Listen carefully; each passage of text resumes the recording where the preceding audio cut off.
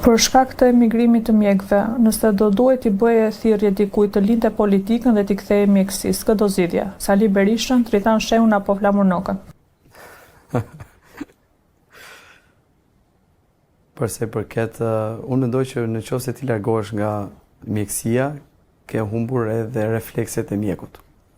Kanë vite që të tjerë kanë humbur reflekset e mjekut, por edhe në politik nuk po bëjnë çuditëra, por vetë po bëjnë ata që 35 vite kanë bërë, të mbajnë pek Shqipërinë.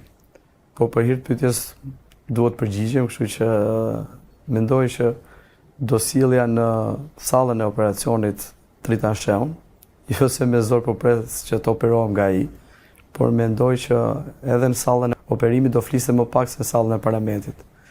Ndërsa për Berishën mendoj që është duke mbajtur opozitën me pajisjet e reanimacionit politik gjallë, kështu që është i zonë, nuk ka kohë të kthehet në mjeksi.